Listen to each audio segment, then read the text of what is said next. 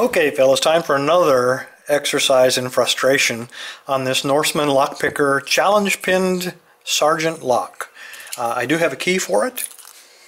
I had to unwrap it when I picked one of the earlier sergeants, and they weren't marked as to which went to which, so I'm not going to pretend like I haven't seen the key. But beautiful pinning, as you would expect on many sergeants. You've got to love the bitting that they put on there. But the key itself and that bitting really I don't think is what's affecting us. What's causing me to fail so many times on this lock, the last pick attempt was 16 minutes before I gave up, threw down my pick and went into the house and drank a bottle of wine.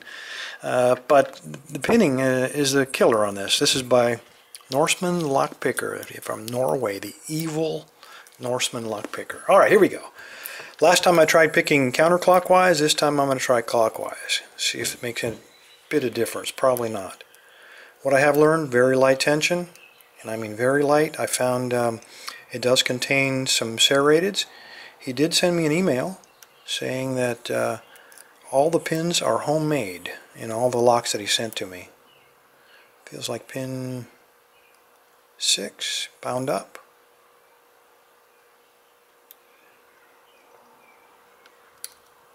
Come on. Got a little click out of him, so he's probably serrated. I just touched pin 3, it got a slight click, and it turned on the core. I'm going to try a slightly different, a deeper hook. This is a Peterson deep hook, simply because I can work from the bottom of the keyway. I don't have to suspend it in midair. Springy, springy. Okay, somebody's got to be bound up, I hope. Otherwise we've done something wrong.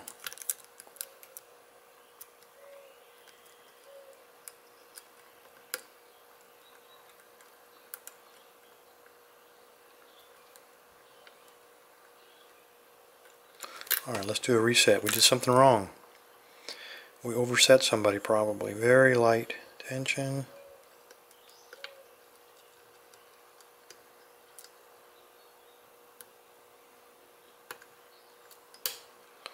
Pin 4, I got a very slight turn on the core. I did have a very deep fault set on this thing on the 16-minute attempt.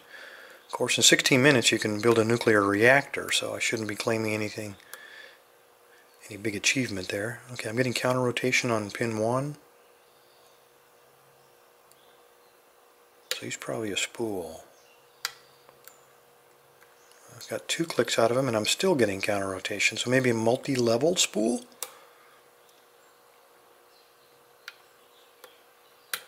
Oop.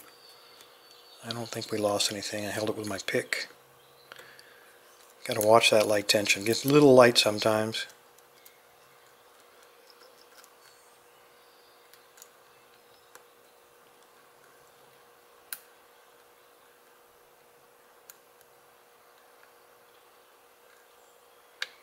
Okay, that was pin 2. Got a very slight turn on the core. So we got a good fault set going. I'm on pin 2 again. I'm still getting some counter rotation. So let's give him another little nudge.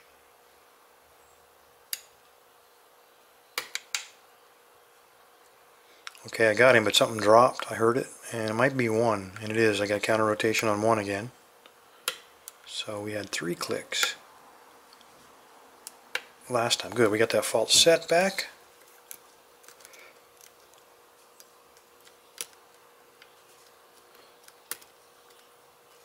Five is acting a little funny, still springy, but I got a little click out of him.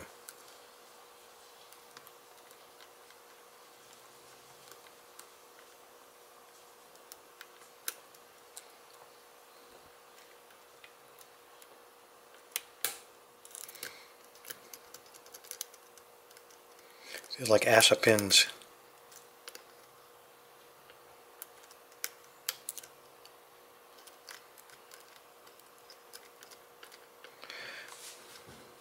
Really funny feeling. He's very springy, very strong spring reaction. He's bouncing against the tip of the pick. And I'm getting the tiniest bit of feedback, but it feels like I top him out and it stops. So I don't want to... Okay, that was pin 3. I got a very slight click on the core. There we go, we got an open. The tailpiece is getting caught up in the vise.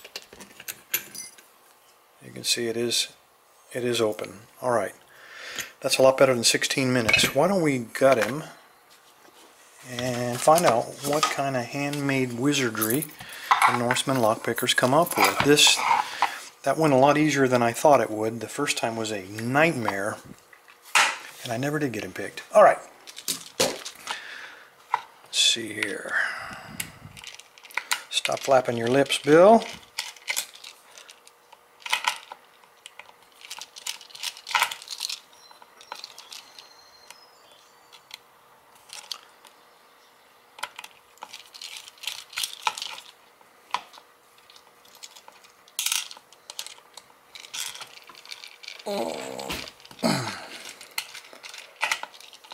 Try to do that without gouging my thumb again.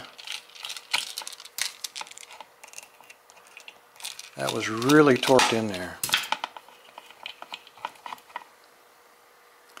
Oh, it had Loctite on it as well, so that's probably going to slow you down. You got security on both ends of this lock.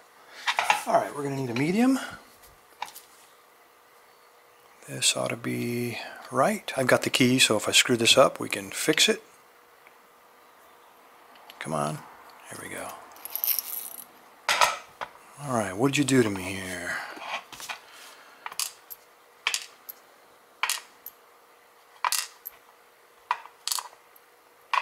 Nothing. You did nothing.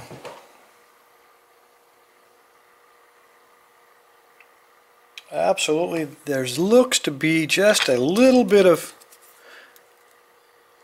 No, it's just a rough machining in there. I thought it was countermilled in that first one, but I don't know if you can make anything out of it. It looks like it, but it doesn't. I can't feel it with a pick. So let's just say no modification to the core. All right, let's get some tweezers and see what we got. All right, we got a serrated in one and a very large spring. We got a barrel pin in two and another one of these very large, come off of a car suspension system, magnetic. And we got, I know what he did. There's what we got there. It is a T-pin with another very large spring. Man, those things got a kick to them.